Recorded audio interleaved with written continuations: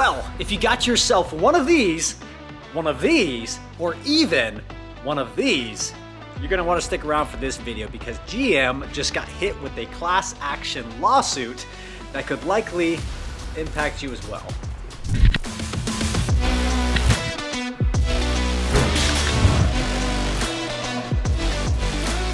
So guys, aloha and welcome back to the channel. Welcome back to Paradise in 2022. A very special hau'oli makahiki ho to every single one of you out there. Hope you guys had a great New Year's Eve and a very fun New Year's Day, which is actually today. We're getting right back to it. And today's gonna be kind of a non-traditional video in a sense of we're not building or modifying anything, but we have kind of a substantial update coming from the U.S. District Court out in Michigan. Now, if you guys are by chance new and joining me for the first time, a special aloha and welcome. I'm just a crazy Hawaiian Texan that loves cars, makes a couple of videos, and a very bad example and a self-certified YouTube automotive technician, which means just take everything I say with a grain of salt. I was checking the specs on the end line for the rotary girder. I'm retarded. Over here on the right, we have the 2020 Silverado Trail Boss. This is our daily driver, our family vehicle. Over here, we have a vehicle that's getting a lot of love in 2022, which is my 2007 Silverado. And then last but not least, my dream car here, Camaro ZL1, which is retrofitted with a ton of OEM ZL1 1LE parts. We had a lot of fun this year with this car. And if you guys have by chance not subscribed just yet, feel free at any point in the video, scroll down, hit that subscribe button below, join the Ohana. We have a ton coming up this year. And yeah, a ton. It's gonna be a good year.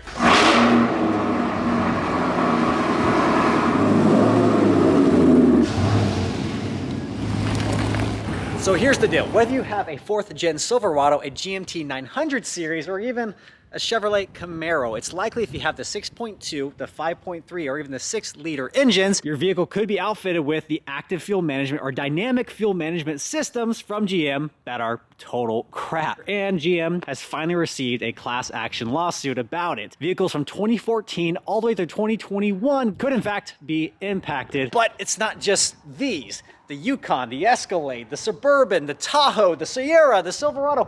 There's a lot of vehicles out there running these engines. This is a big problem for GM. But fortunately, in my case, only 1 out of my 3 vehicles have this system in it, and I've already actually disabled it. But regardless of that, what we're gonna cover today is the details on this class action lawsuit, what vehicles are impacted, and really the things that GM has known all along and just waited way too long to do anything about it.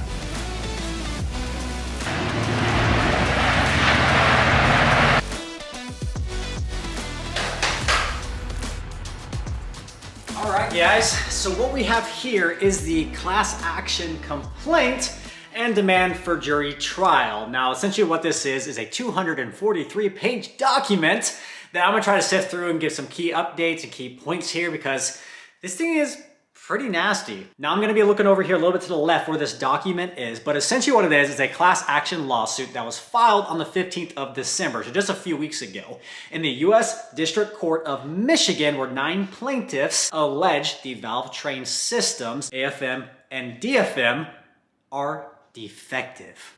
What? No one's surprised. We all knew. Now the article states that a GM lifter recall should allegedly be ordered for Buick, Cadillac, Chevrolet, and GMC vehicles equipped with the 5.3, the 6.0, and the 6.2-liter V8 engines. Now, correct me if I'm wrong, but I haven't seen a V8 Buick since I was like a teenager. Is there a V8 Buick today that I don't know of? Comments below, I'm actually genuinely really curious. Regardless, this is a big deal for GM. These power plants are in a lot of vehicles. Now, just for perspective, in 2019 alone, GM sold more than 963,000 trucks. That's a lot of vehicles. So not only just for the sheer number of units here, these trucks are profit machines for these companies, from Ford to Ram to GM. These things drive a lot of profitability. Now, according to a Reuters report, GM makes about $17,000 on each one of these units that is sold. Obviously, that varies by trim level and everything like that, but that's a lot of profitability that gets cut away with these recalls and things that they should have fixed in the freaking first place. Now, I'm gonna do my best to take kind of a middle ground here because I am, one, a huge consumer of GM products. My garage is filled with GM performance products, but also I have experience working with really big companies. I've worked for a Fortune 50 company for the last decade of my life. I get kind of the perspective of the corporate machine, but also the consumer. So I'm gonna kind of sit in the middle a little bit. So on the class action lawsuit, the 9 plaintiffs on behalf of anyone who's either leased or purchased a 2014 to 2021 GM vehicle with one of these V8 engines with a fuel management system, so it's AFM or DFM. They claim, quote, that the lifters are defective in design, workmanship, or material, causing them to fail, leading to costly repairs in and out of warranty. Now that's kind of a big deal here, but it's not just an inconvenience breaking down.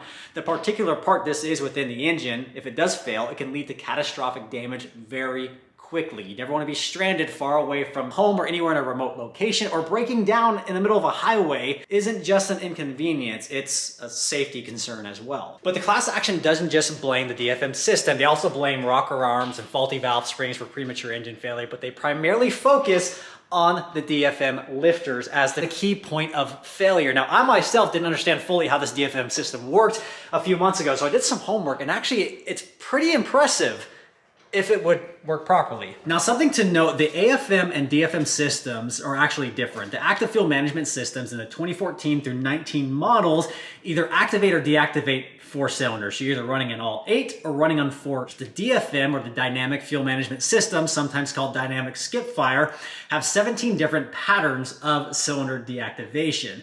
Basically reads your vehicle movement and throttle inputs at 80 times a second and will choose what pattern of cylinder deactivation is right at each moment. How this system works is there's a solenoid on every cylinder that control the activation or deactivation of a 2-piece lifter. Essentially what happens when a cylinder is deactivated, the lifter will collapse in on itself instead of opening that valve. So basically as that camshaft lobe turns over, it won't open a valve, which in simplest terms turns off that cylinder. The lifter itself is where the majority of the failures are happening. They either get stuck or break, they bend the push rod, which could lead to dropping valves, which could lead to shrapnel flying through your engine, and very quickly your engine can become... You're driving along, you know. We're burning alive! Oh my God. All because you want to save a couple extra pennies. And to me, it doesn't. Get out.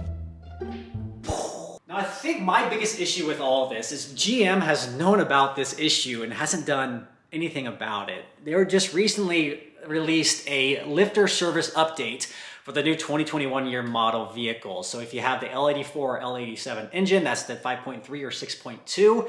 Essentially, the dealerships are being directed to swap out these faulty lifters, but they describe the problem here on gmauthority.com on an article that affected vehicles may or may be prone to experiencing a broken valve lifter lock pin spring. That's a little part within a 2-piece lifter that caused all this chaos. This problem only affects vehicles equipped with the naturally aspirated 5.3 or 6.2 gasoline engines. The problem does not pose a safety hazard, as it's stated. However, a broken valve lifter long spring can lead to various engine problems. Defective engines may produce a service engine light, along with a misfire, peculiar engine noises, and engine damage. But it's like 4 years later. So the affected vehicles they have listed here is a 21 Cadillac Escalade, the Escalade ESV, the Chevy Tahoe Suburban, the Silverado 1500, the Yukon, and the Yukon XL. For some reason, the Sierra is not on here. I think it should be. They also have listed a GM service update number, which I'll list in description below. So give the reference if you guys do need it. If you are to purchase a 2021 year model vehicle with an L84, L87 engine,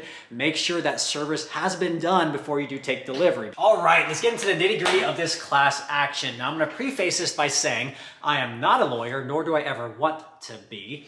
And essentially what this is a 243-page document that lawyers will make a fortune off of that us consumers won't see a penny of. Well, maybe a penny of. But regardless, what I thought was funny when I first hopped on here, if you watch the channel because of the ZL1, and if you own a 6th gen Camaro Super Sport, you're part of this as well. But fortunately in my case, I have a 6-speed manual, which is not outfitted with any type of cylinder deactivation or auto start stop.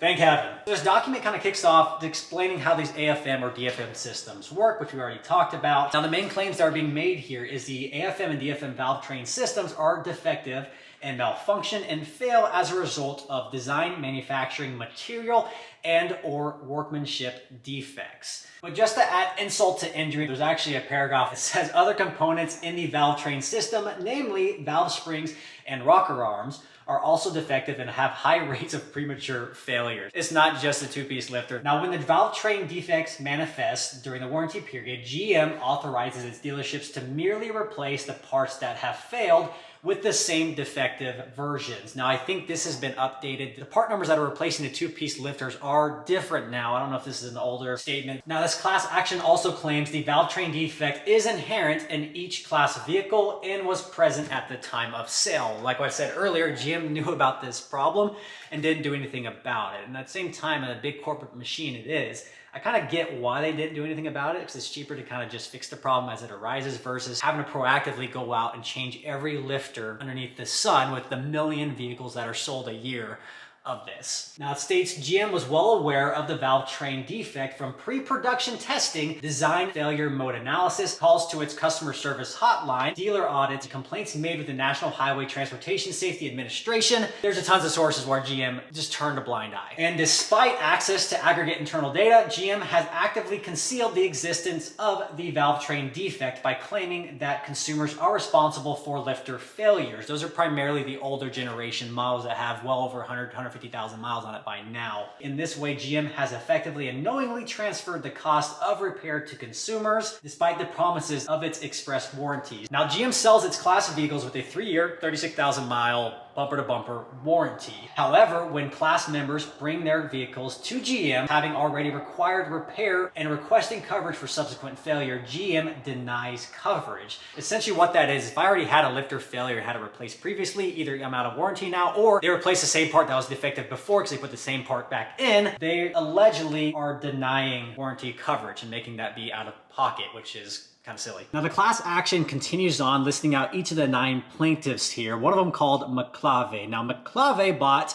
a brand new 2021 GMC Yukon with the 5.3 liter V8. So the same exact power plant that's in my truck. At the time of his purchase, GM already issued 3 communications to its authorized dealerships describing problems with the valve train of the 2021 GMC Yukon. On June 12th of 2021, he was driving his vehicles when he heard a loud ticking from the engine compartment. Additionally, the dashboard illuminated various warning lights. I'll paraphrase some of this. Essentially took it to his nearest authorized GM dealer, found a failed lifter at cylinder number 3 with a bent push rod, which is typically a result of these failed lifters. The dealership only replaced 1 bank of lifters. So essentially the head they were working on, they replaced everything under there versus actually doing both heads or both sides of the engine. At the time, the vehicle approximately had 4,500 miles on the odometer. 4,500 miles, not even the first oil change yet, and you're already collapsing lifters. And then in November, just a few months later, he was driving his vehicle again when he heard ticking from the engine compartment and felt a vibration. Ended up stranded 6 hours from his home and was diagnosed, surprised, with having another failed lifter, this time on cylinder number 4. So it was the opposite side, which they should have serviced in the frickin' first place while they were in there. There was another bent push rod with that failure. At the time, his vehicle had approximately 10,000 miles on it. 2 engine failures and 10,000 miles. That's just unacceptable. That's just one of the 9 examples on here. The other ones are kind of juicy as well if you guys want to read through them.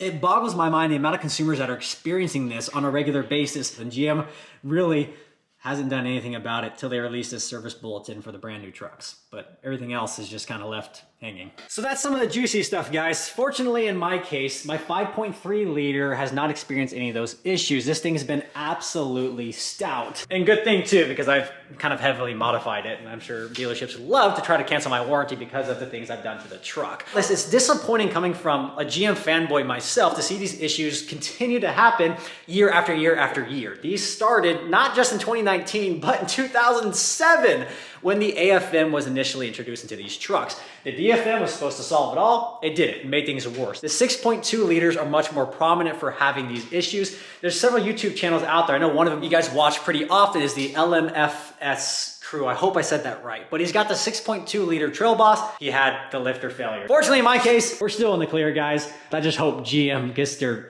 together. That's the whole update I have for you today. This has been really a different video than I typically do. If you guys enjoyed it, let me know in the comments if you guys want more of these type of videos. I'm not a huge fan of them because I hate just talking and not working, but if you guys like them, we'll bring you more of them. But it is 2022. We've updated our logo for 2022. I mentioned in our last video that Chevy continues to refuse to build a Raptor killer, and I have elected myself to do it myself. So this idiot is gonna in fact embark on the build of building a Raptor killer in 2022. It's gonna be a fun one, guys. But I hope you guys have a great and happy new year. We'll see you in a few days for our next video. Aloha.